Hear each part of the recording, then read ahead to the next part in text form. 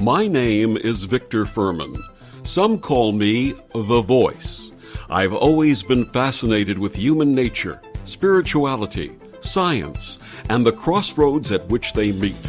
Join me now and we will explore these topics and so much more with fascinating guests, authors, and experts who will guide us to Destination Unlimited.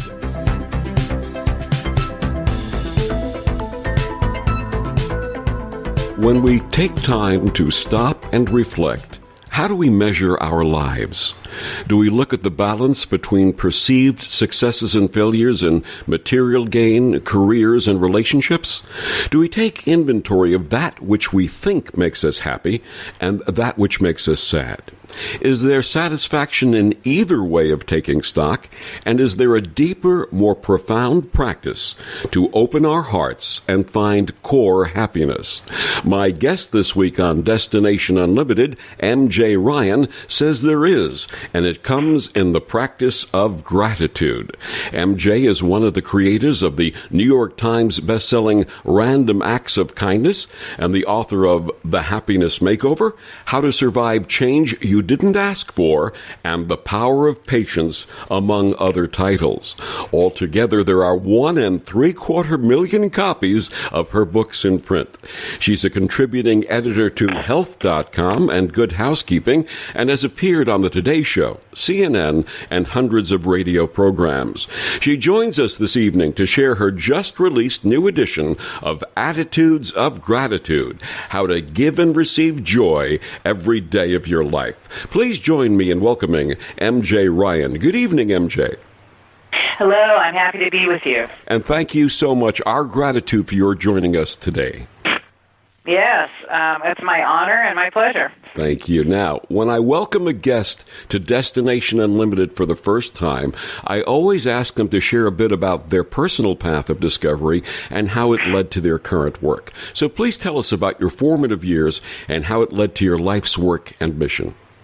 Yeah, I think I was kind of the average miserable person when I was younger. I had a challenging childhood, like many of us do, and then I had a hard time figuring out what I wanted to do for work, and I kind of wandered around in my 20s, kept thinking I should be able to be finding something, and so I stumbled into book publishing through a variety of other publishing things that I had done, and I lived with this guy who said, we're going to start a book publishing company. And I'm like, I don't want to be an entrepreneur, but anyway, I was a reluctant entrepreneur.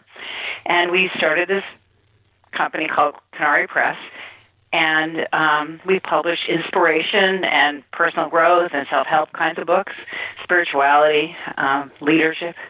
And I got more and more interested in the subjects. I worked with all these amazing authors. And then one day we had a colleague of ours had this idea that we'd seen a bumper sticker that said practice random acts of kindness. And we said, what a great book idea. And we bootstrapped our company. There was no such thing as VC money back then, at least as far as I knew. And so we decided we would do this book and we would do it ourselves. And so we could capitalize the press if it did well because we didn't have to pay authors. So we did. We put together these stories. This is before the internet. And at the back of the book, we had this little thing, send us your stories. Well, it exploded. Literally, the mail guy would come in with sacks and sacks and sacks of mail. There were 4 people in our company at the time. It was like incredibly difficult to keep up with the volume, but we had tapped into something that was really explosive. And so I started we did all this publicity around the book, and I was on the radio and TV and newspapers, and I thought, I better practice these things, not just write about them, because otherwise I'll be a hypocrite. Yep. So I started to practice random acts of kindness, and lo and behold, I got happier in my life. I stopped being so miserable. I started being much happier, and I thought, this is so interesting.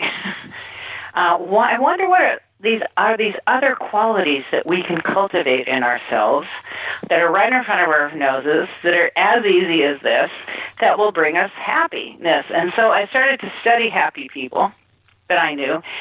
And besides being kinder, I realized that they were more grateful. And so I started to investigate gratitude and ultimately write about it, and that's what turned into this book. And that's how that's my journey, and I got happier and happier as a result of this work.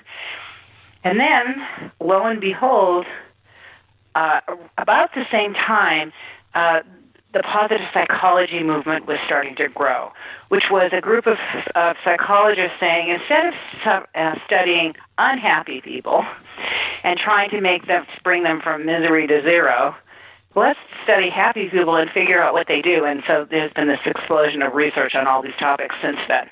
But I did it by experimenting on myself. And sometimes that's the best way to do it. Sometimes that's the ultimate path, because only you know what really works for you. Yes, but it turns out that it works for lots of other people too, both kindness and gratitude. And in the process, and because I think, yeah, go ahead. I'm saying, in the process of doing it on yourself, then you found that this is something that applies to everyone. Yes, exactly. And then I sold my press, and I started working with people more directly, one-on-one, and working with these kinds of practices with other people. They got happier too. Absolutely. Now, the word gratitude has a number of different meanings depending on the context. How do you define gratitude? So I like the synonym gratefulness, because I think, the word itself, it's a great fullness. And that's what it actually is. It's a sense of fullness, of sufficiency that we get when we notice what's right in our lives, what's good, what we can appreciate, what we can enjoy, what's there. I often say that gratitude is like a flashlight. Your life has all kinds of stuff, and you go out in the dark, in the backyard, in the night, it depends on what you shine the flashlight on, right, as what you're aware of. So we can shine the flashlight of our awareness on all of the difficult things and the problems in the world and in ourselves, and that's true. I'm not Pollyanna. I don't believe in denying that. It's an and thing, and you can shine the flashlight on the wonderful things. And when we do that, then we feel better. Absolutely. Why is gratitude so important? Well, it's interesting because I would say that because it makes us notice what the goodness in our lives. Research says there's a fascinating person at the University of North Carolina who asked the question, what are the positive emotions for? We know the negative ones are to protect us from bad things. What are the positive ones for? And she did all kinds of research, including research on random acts of kindness. Her name is Barbara Friedrichsen. And what she discovered is they actually exist to help our body, minds recover from negative emotions. So they bring us back physiologically into balance. They reduce the stress response and up the feel-good response. And so we come back into balance in ourselves. Without them, we're under constant stress and stuck in constant negativity, which is extremely unhealthy both physically and emotionally. You know, the National Institute of Health and others have documented studies on the effect of gratitude on brain chemistry and actually show that gratitude helps us live healthier and longer. Isn't that true? Yes. Again, because of what Friedrichsen is talking about, which is that it stops the stress response. So when we're under stress, we're in fight or flight, and our bodies are flooded with cortisol and adrenaline, which are trying to help us literally run or fight for the danger. The problem is the danger is not like typically that a dinosaur is trying to eat us these days. It's traffic, it's the news, it's issues with our family or at work. And so we can be under this constant stress all the time. And cortisol, in particular, is toxic at high levels to every tissue in our body, especially our brain. And so people who are on constant stress typically get stress-related diseases, and they die sooner. Those of us who practice these positive emotions, particularly gratitude, turn down that response and therefore we live longer. Absolutely. They found similar response and similar results with people who practice lifelong things like meditation, such as Buddhist monks. Correct. And again, that's partly because it's that reduction of the stress response. So we just are taking those hormones that are bad for us down. That was actually really one of the impetuses for me to really get serious about all of this, because I tend to be a very negative warrior, and so I thought, this is not good for my brain, and I want my brain to work for a very long time, and so I better do all the things I can to make it live long and be healthy. And it's wonderful. You know, we think of concepts like gratitude and things like meditation and things like kindness, and in the past we've thought of them sort of in this airy-fairy way as spiritual concepts, and yet there's hard science that shows the real results and the beauty of practicing these things in terms of our overall health and longevity. Yes. And the other thing they found is that we take better care of ourselves when we practice gratitude. And I mean, including applying sunscreen more regularly than people who don't. And so, of course, what that says is that when we recognize what we have to be thankful for, then we want to stay around to have it and to enjoy it. And so when we appreciate our lives, then we want to participate in them more. And so we take better care of ourselves so we can. 7 years ago, I was dealing with a severe overweight problem, and I came to the decision. I'd been running around helping people, and I hadn't helped myself. And I came to the decision that it was time to apply those same gratitude and kindness to myself, and I elected to have bariatric surgery, and I've lost 180 pounds, and I think I saved my life in the process. And I'm here doing this work today because of the fact that I found that within myself, and I think it's so important that we do that for each of us. Congratulations. That's really wonderful. And I think that you point out something that one of my teachers taught me years ago, which is that we most give to other people what we need to give to ourselves. And that she said that was a spiritual truth. And that part of what our life was about was to turn towards ourselves and give ourselves that, whatever that is, whether it's wisdom or kindness or appreciation or whatever it is that we keep giving to everyone else. It's not, we stop doing that, but we include ourselves in our own caring, right? Gratitude like charity begins at home. My guest, MJ Ryan, she's the author of Attitudes of Gratitude, How to Give and Receive Joy in Your Everyday Life. And we'll be back with more of MJ after these words from the OMTimes Radio Network.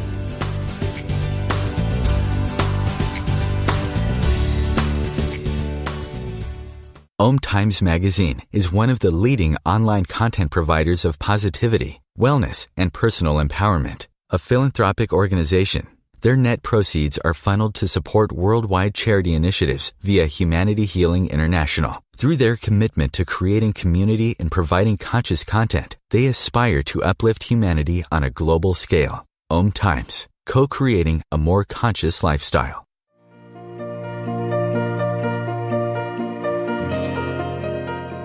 Every Tuesday on Living with Moxie, join Shefali Burns and Donna Martouge in conversations designed to take you to the next level, where we highlight ideas, resources, and strategies that provide you with the leverage you require to meet and exceed your business and personal goals.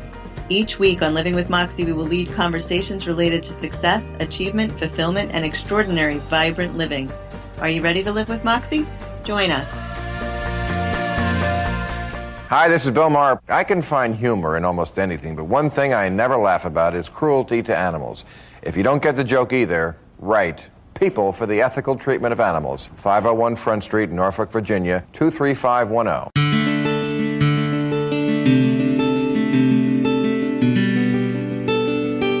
Back on Destination Unlimited, my guest this evening, MJ Ryan. She's the author of Attitudes of Gratitude, How to Give and Receive Joy in Every Day of Your Life. MJ, we were talking about the benefits of kindness and gratitude practice in terms of our health. Can gratitude help those who are currently having a serious illness? Yes. And again, part of the thing that magic about gratitude and in order to practice, it's really important to remember this. It doesn't mean that bad things aren't happening.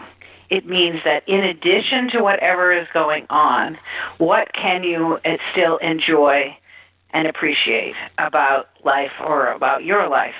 And so when we do that again, we flood our bodies for a few minutes at least with these feel-good hormones, and so we actually do feel better, and then we have a little more impetus as well to keep on going, right? I really first learned this from my father when he was dying of emphysema. I was in the hospital with him, and every breath was a struggle. It was close to the end. But we went on and on for hours, and I finally just blurted out, "Dad, is your life still worth living?" I don't know what I would have done if he had said no, right? Like, I wasn't prepared for that. But I couldn't just sit there and listen to this. And he looked at me, these big, giant blue eyes. He was down to like 125 pounds. He was a 6'2" guy.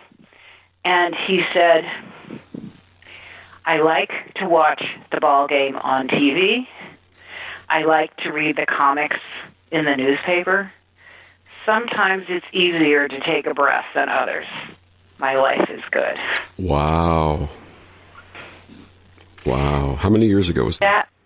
This was 20 years ago.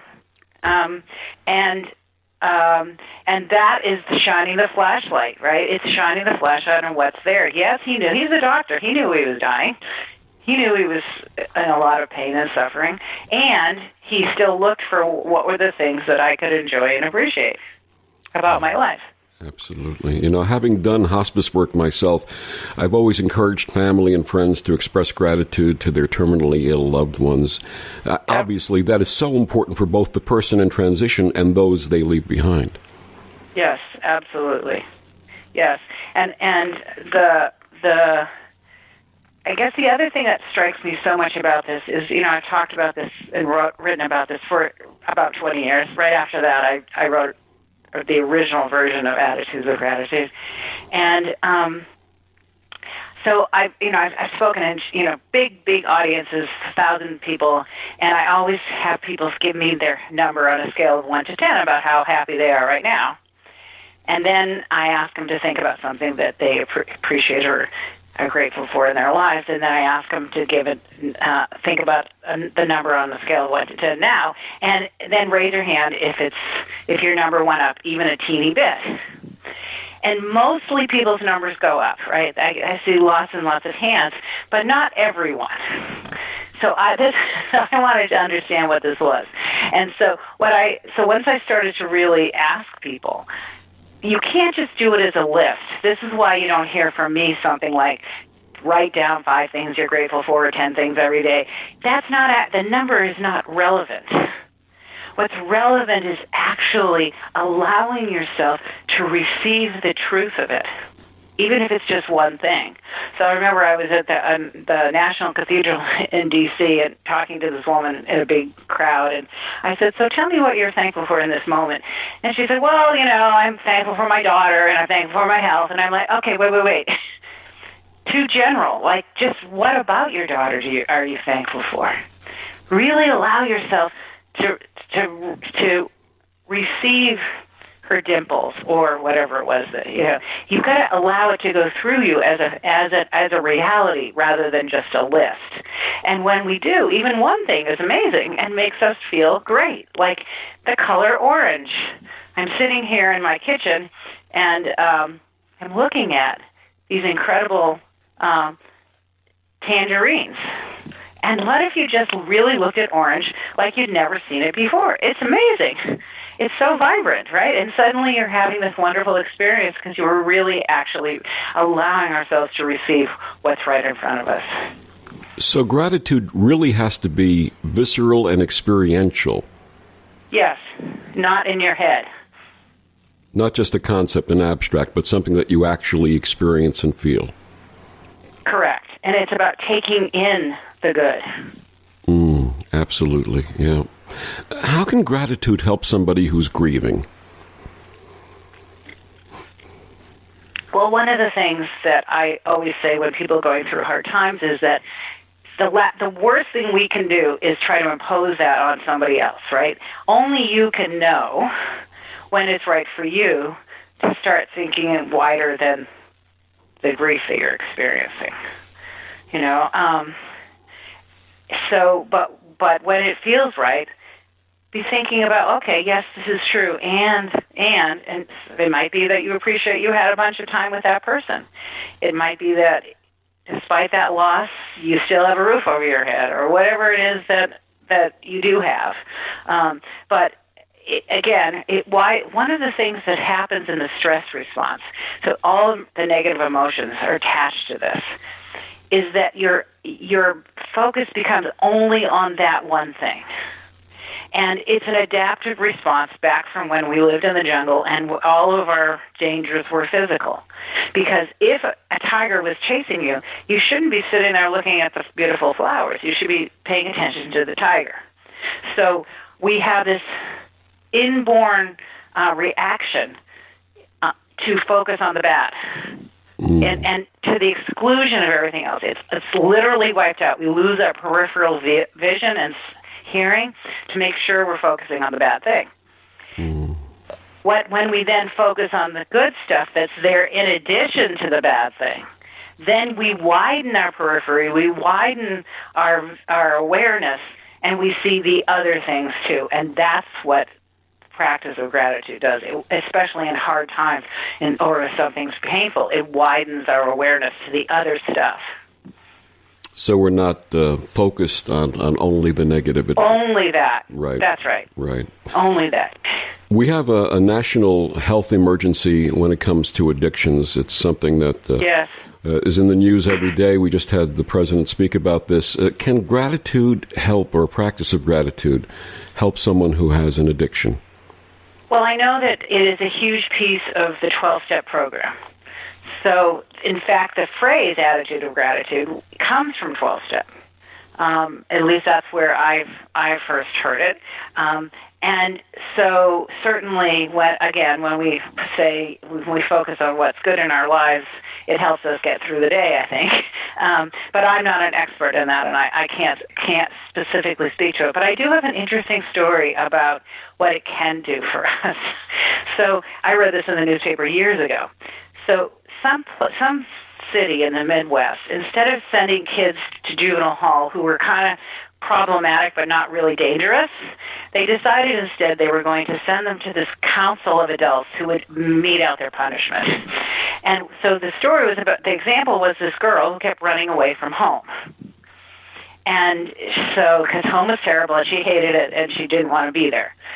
So this group of adults sentenced her to writing in a journal about what she was grateful for about living at home every day. And lo and behold, she became happy and she didn't run away anymore. And in the same way, that type of practice could actually help someone who has an addiction. Exactly. Because addiction is running away. Exactly, and it keeps you then also focused on the good that you're trying to create by staying sober, by being, what you can get. Absolutely. If you apply, if you work it.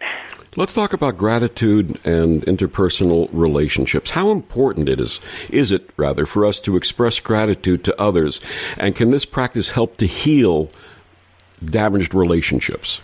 Absolutely. I wrote a whole book on this called Attitudes of Gratitude and Love, and saying that all the research, all the folklore about relationships is that it takes two people to fix a relationship. And I would say not necessarily true. You can do it yourself, not always, depends on what the issues are, but a lot can be fixed by you just starting to notice what's right about the person. Because that's what falling in love is. All you're doing is your awareness is all on all the wonderful things about this person.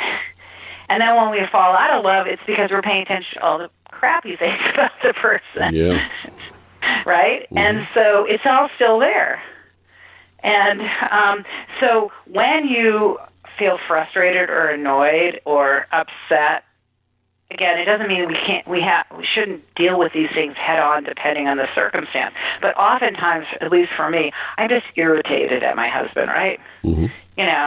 He doesn't clean up the entire kitchen when he does the dishes. He always leaves something, It's all these little petty things.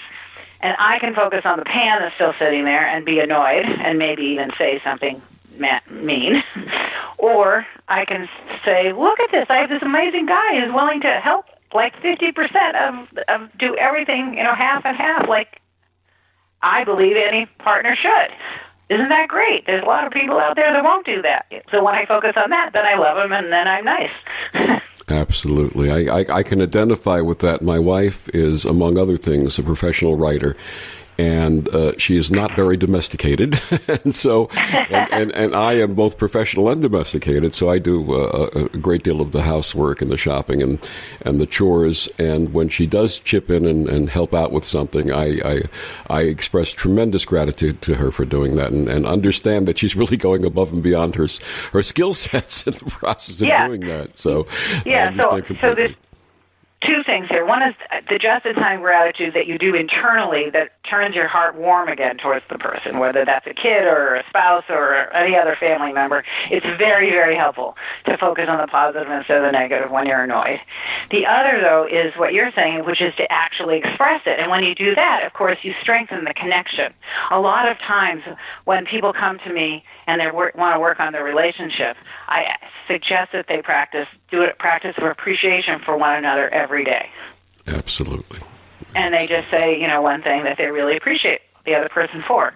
It doesn't even take a minute, but suddenly you feel connected to the other person in it because you're focusing on the positive again. And it strengthens that connection. My guest this evening on Destination Unlimited, MJ Ryan, author of Attitudes of Gratitude, How to Give and Receive Joy Every Day of Your Life. MJ, please tell our listeners how they can get your book and find out more about your work. Sure. Well, of course, it's available online and in bricks and mortar stores. And I also have a website, which is www.mj-ryan.com. They're listed there. There's all my other books are there. There's my blog connection too, if you want to see, and there's videos and stuff like that. So. And we'll be back with more of MJ Ryan after these words on the OMTimes Radio Network.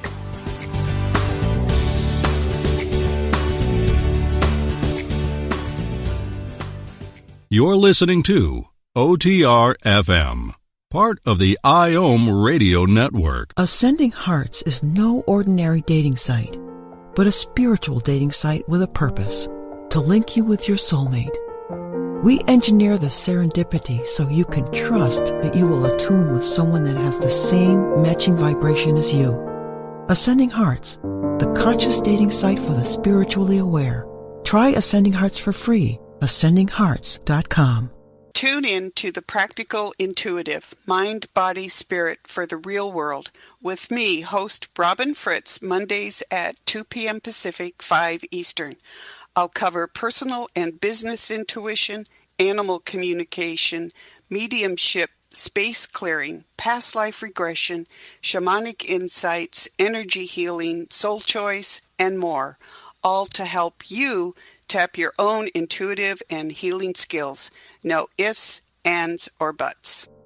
When Dad needed help getting around, I became his driver. Any daughter would do the same. But soon enough, he needed help doing more things, and it was up to me to be his personal shopper and financial manager, too. And before I knew it, Dad moved in with me, so I became his cook, his personal assistant, his physical therapist, and even his nurse. When I started taking care of Dad, I didn't realize all the roles I'd have to play. But no matter what, I know I'm still his daughter. We understand the many roles you play. And to help, we created an online caregiving resource center. At aarp.org/caregiving, you can find resources and connect with the caregiving community. Together, we can better care for ourselves and the ones we love.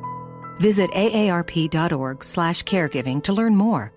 A public service announcement brought to you by AARP and the Ad Council.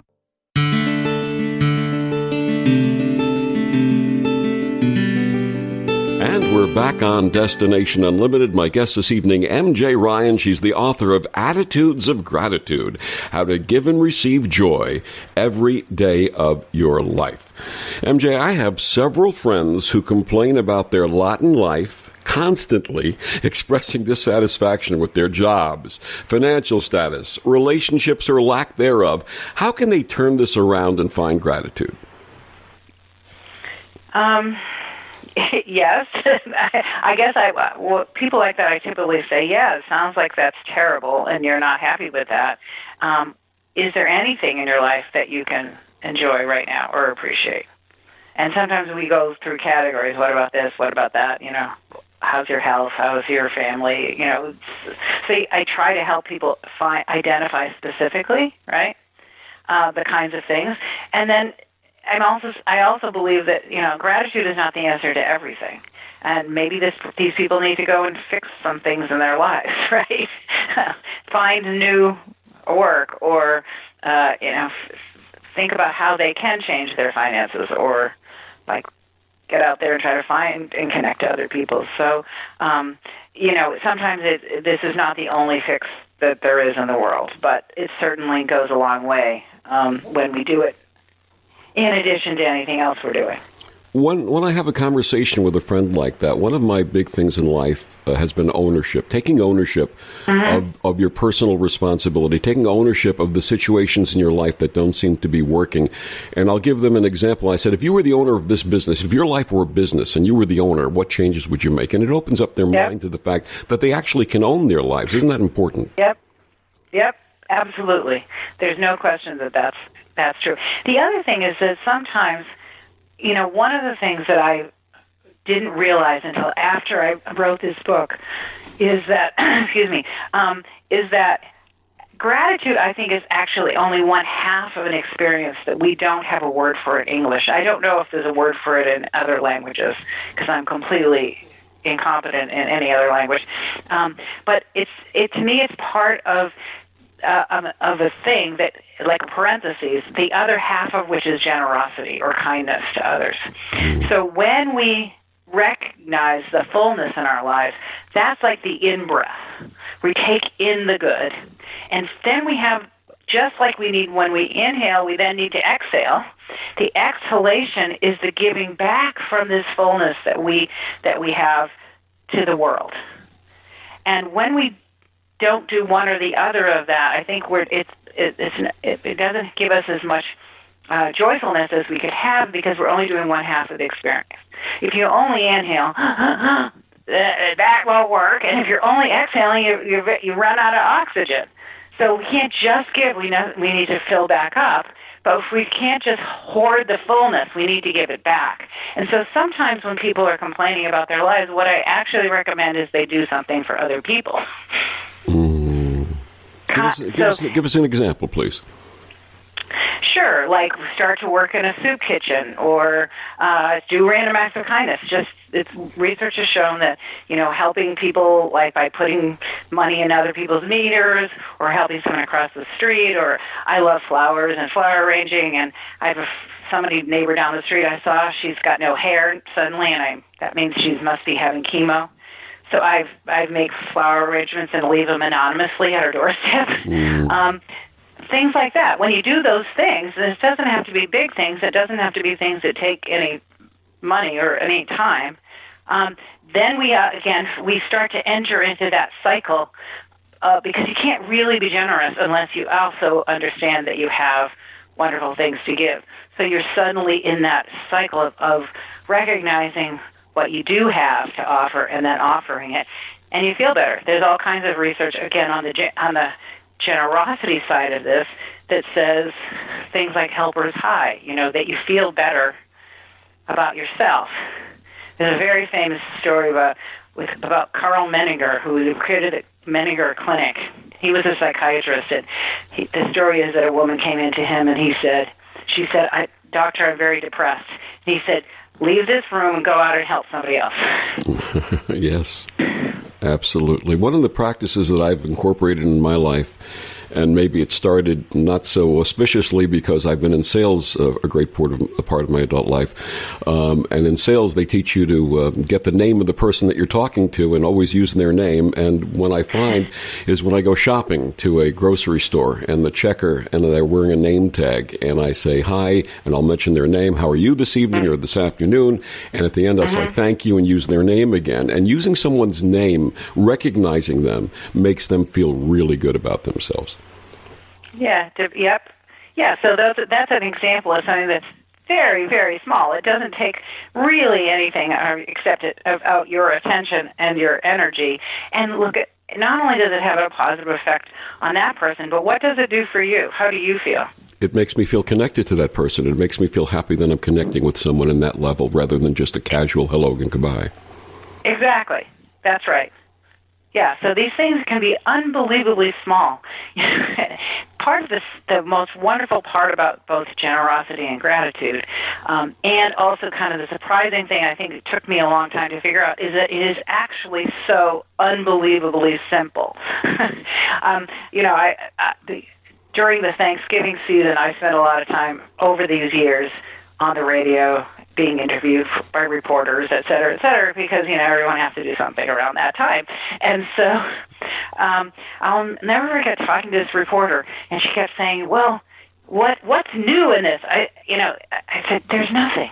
All you do is think about something you enjoy or appreciate, and then you feel happy. That's it. That's all there is to it. There's no magic. There's no difficulty. There's no 17 lists. There's no standing on the head of a pin. It's like, that's all you got to do. And because she was a reporter, she wanted something new. She wanted it different. She wanted it to be complicated. And I'm like, sorry, that's all there is. And very, very, very, very simple. It can be as simple as the basic courtesy that people, at least of my generation and previous generations, were taught, and that's common courtesy. I go through a door, I hold the door and turn around to see if there's someone else coming behind me and let them go first. It's that simple.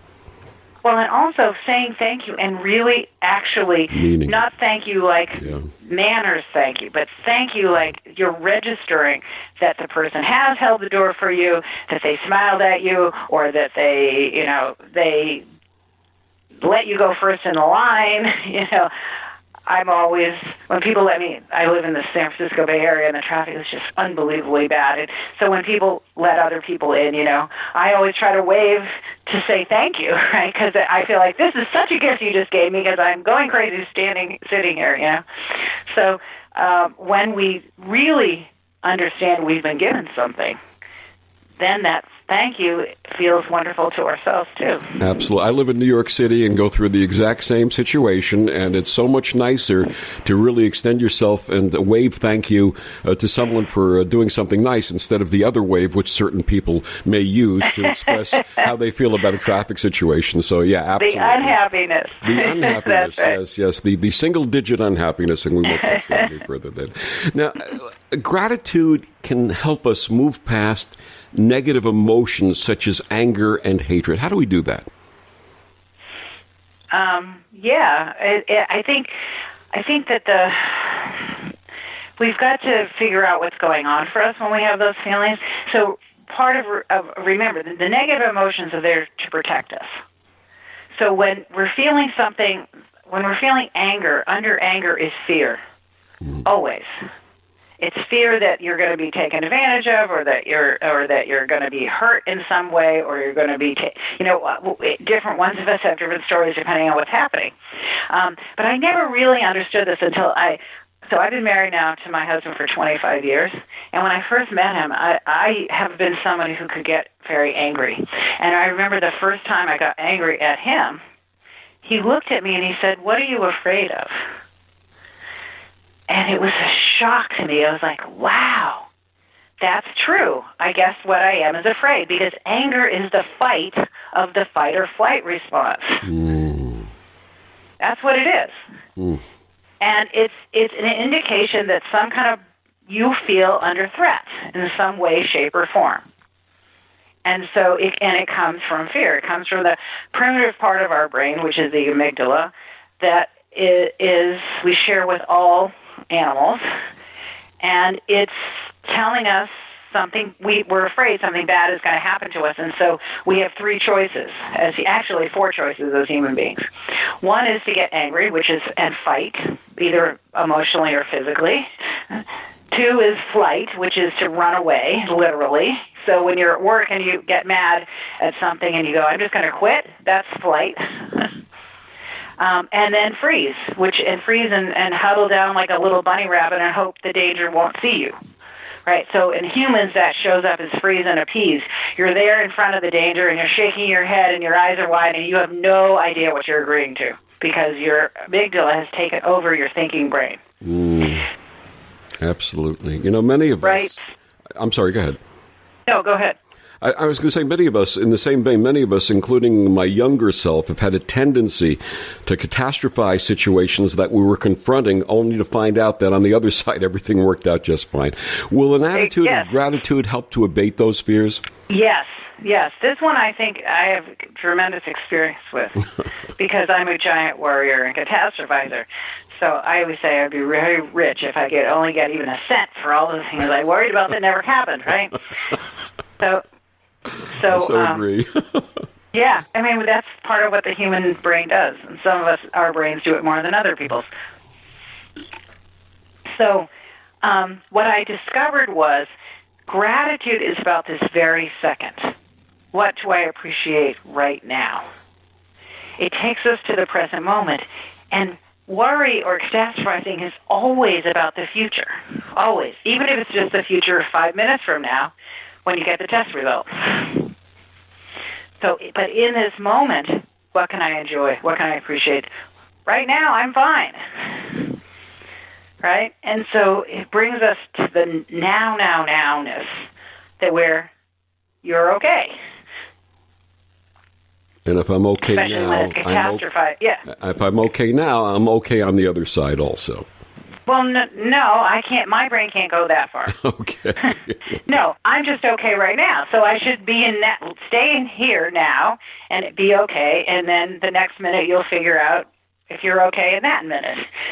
But it brings you right here to what you can still appreciate right in this minute. Right now, I'm okay.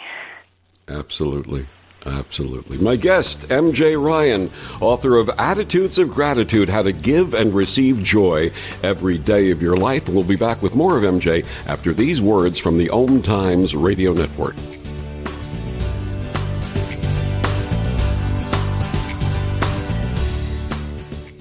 Humanity Healing International is a small nonprofit with a big dream.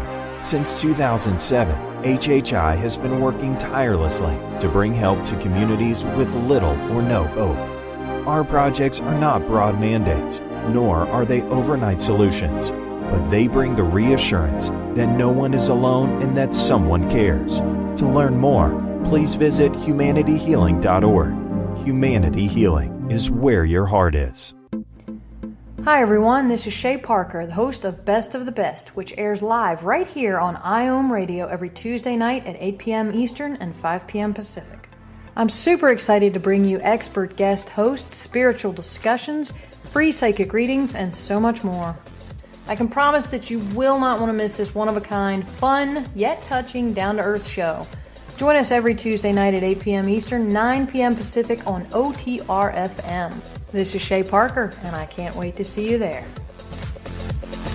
Welcome back to The Dog Show. Up next, we have Satchmo. Satchmo is a member of the Shelter Pet Group. That's right, a group known especially for their couch-snuggling, ball-chasing, face-licking, and, of course, companionship. Now, let's see him in action. Look how he makes eye contact with his person. That's actually known as the treat stare. How intuitive, and now he appears to be excitedly turning in circles. Ah, the happy dance so common with this group. But really, the best way to know an amazing shelter pet like Satchmo is to meet one. Visit theshelterpetproject.org today. Adopt. Brought to you by Maddie's Fund, the Humane Society of the United States, and the Ad Council. You're not wired to have a response to this sound. But when we introduce a new stimulus, Save the Food, we're helping to stop food waste. Save the Food. For tips and recipes, visit savethefood.com. Brought to you by NRDC and the Ad Council. I rescued Toast from a shelter in 2011. I knew right then that she was special. That's just one adoption story that started at a shelter. Visit theshelterpetproject.org to find a pet near you. Brought to you by Maddie's Fund, the Humane Society of the United States, and the Ad Council. Okay, men, time to be an all-star caregiver. Drive them to physical therapy, doctor's appointments, be there emotionally and physically. Don't give up. Don't ever give up. Caregiving is tougher than tough. Find care guides at aarp.org/caregiving. Brought to you by AARP and the Ad Council. Change and growth are part of natural life, and also part of your spiritual life. Everyone needs support and guidance, especially during life passages. Upgrade yourself with the OMTimes Experts program. With OMTimes Experts, you have access to the best intuitive coaches, spiritual teachers, counselors, astrologists, and oracles. Our team was carefully selected so you can trust. Find out more at experts.omtimes.com. I want to thank my mommy for loving me so much, for taking me out to the park, for reading me books, for taking me to the doctor when I broke my foot in ballet rehearsal, for leaving me alone when I wanted to be alone. And now, as a grown-up, I'm thankful for being able to take care of you, my dear mom, for having the chance to take you to the park, for reading you those books we enjoy so much, for being able to take you to your therapies after you twisted your ankle, for understanding that sometimes you simply want to be alone. Roles change without us noticing. And in your new role, we help you help. Visit aarp.org/caregiving to get practical health and wellness tips to provide even better care for your loved one. Remember, visit aarp.org/caregiving. AARP. We help you help. A public service announcement brought to you by AARP and the Ad Council.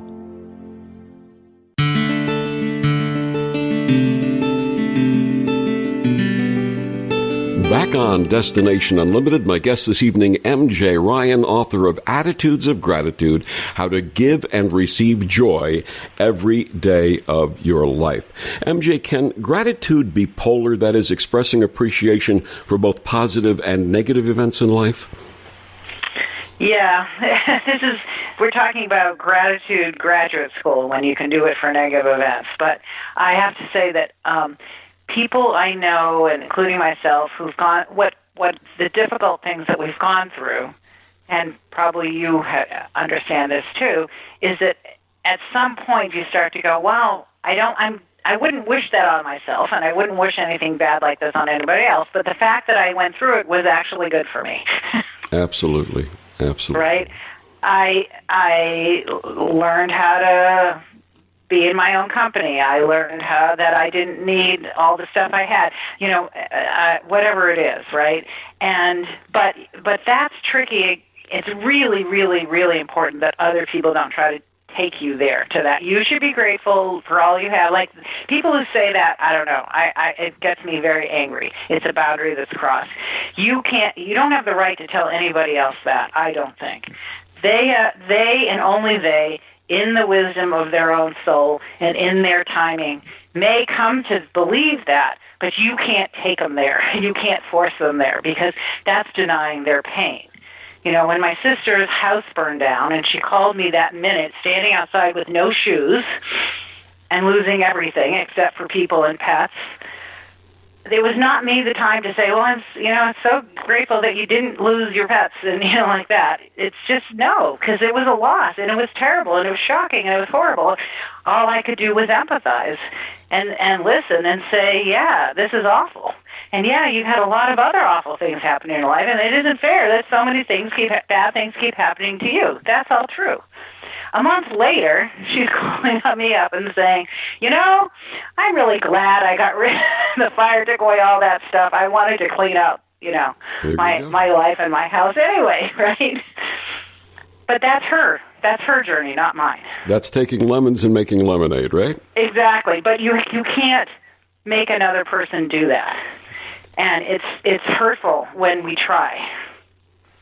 Absolutely. Just to share a personal experience, taking a negative and finding positivity and actually wonderful change through it. 20 years ago this month, I lost my former partner to cancer.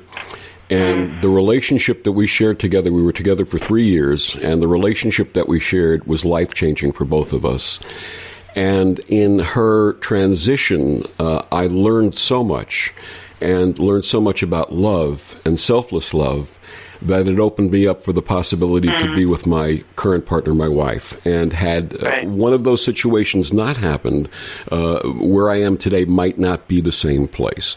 And so in the event, and this is something that I saw in the process and also after her transition, if we can do that, if we can look at events in our life that may seem on the surface to be negative or destructive or untenable, sometimes we can see the outcome. I remember a book many years ago why bad things happen to good people. Yes, and that's right. And that you can look at situations that in our mind or by definition seem to be bad, but ultimately there's a higher purpose at work. And if we can see that higher purpose then and have gratitude for that higher purpose, then we can come out so much better on the other side.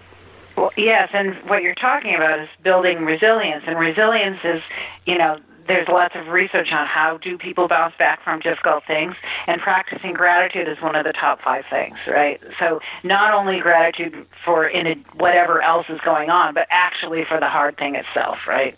And not always, and certainly there's circumstances that I think we can never be grateful for, but the learnings we have, that's what you're talking about.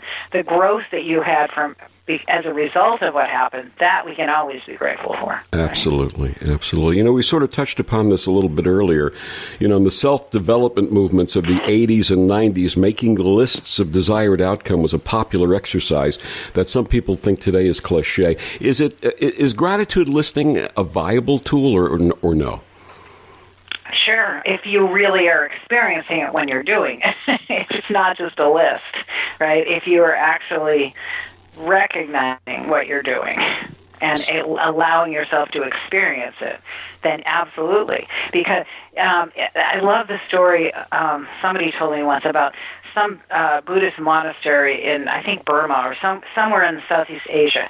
And it was a temple, and you walked in, and there were these bowls all around the perimeter of the building. Inside of the room. And what the practice was that you were supposed to go to each one, bow, think of one thing that you were thankful for, and then you can give an offering if you had the ability to, and then if not, you just go to the next bowl and you bow and you think of another thing that you're grateful for in your life.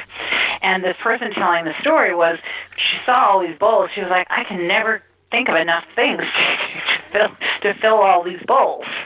And, of course, once she started doing it, she could have gone around the room 10 times, right? Because we all have so much, actually, when we get really, really down to it. The fact that we can breathe, for instance, there's one right there. I mean, there's so much of what we take for granted that actually are amazing miracles. The fact that our blood pumps through our body, like that. So the truth is that we could write endless lists, but I think as long as you do it in a way that's going to actually make it real to yourself, then it's a wonderful practice.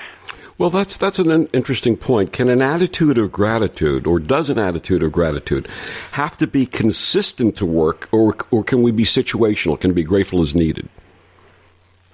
I think it's both. I like to do it both ways.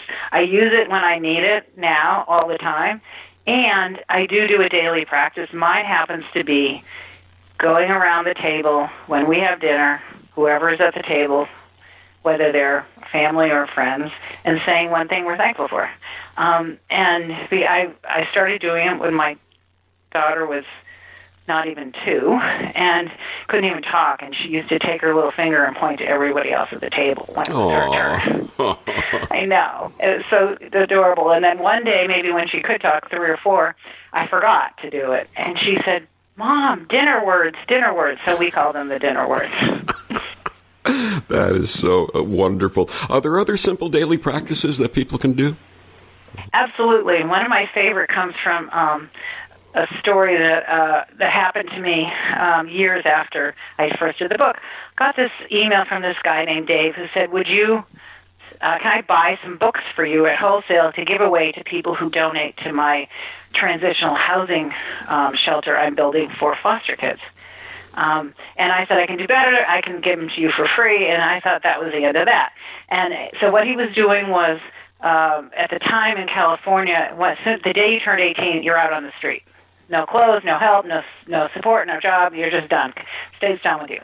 So he thought this isn't a good idea. These kids need help transitioning. So he's building this place. So anyway, long story, eventually in the mail, I get this package. I open it up, and it's a letter from him thanking me, and a little rock in there that falls out into the ground when I open the package, and I'm like, what is this? And he said, I wanted you to know the story behind this building. I call it Laurel's house because one of the kids I met on this journey was a girl named Laurel. And Laurel, everything that Laurel owned fit into one black plastic trash bag. And she had been in 10 placements in 10 years, which anyone who knows of anything knows that is really bad. Awful. And she was about to be 18, and she was the happiest person he ever met. And he said to her, your life has been so hard, Laurel. How come you're so happy? And she said, that's because for a while I lived with Mama Jean. And one day Mama Jean gave me a little rock, told me to put it in my pocket. And every time I felt it, I was to think about one thing that I was thankful for. And I've been doing it ever since. Oh, and that's why I'm happy. That is so beautiful. That is just so touching. And the fact that he shared that with you, that is just amazing. And that, so now whenever I talk, I tell the story. And I give out little pebbles because that's a practice that's super simple. If you don't have pockets, you can keep it in your bag, your briefcase or your bag, and every time you see it, again, it's just a trigger. It's a practice. Absolutely. What message would you like readers to take away from Attitudes of Gratitude? I would just like people to get some ideas about how to practice and to then get to start to do it and really see an uplift in their life. That's a wonderful thought. Attitudes of Gratitude, how to give and receive joy every day of your life. My guest, MJ Ryan. MJ, one more time, please tell listeners where they can get your book and find out more about your work. Sure. You can go to my website, mj-ryan.com, and the books are available in all the bookstores. And thank you for joining us on Destination Unlimited. We are grateful for your gifts, your presence, and the message that you're delivering to us. Oh, thank you so much, Victor. I really appreciate it. And thank you for joining us on Destination Unlimited. I'm Victor the Boy Spurman. Have a wonderful week.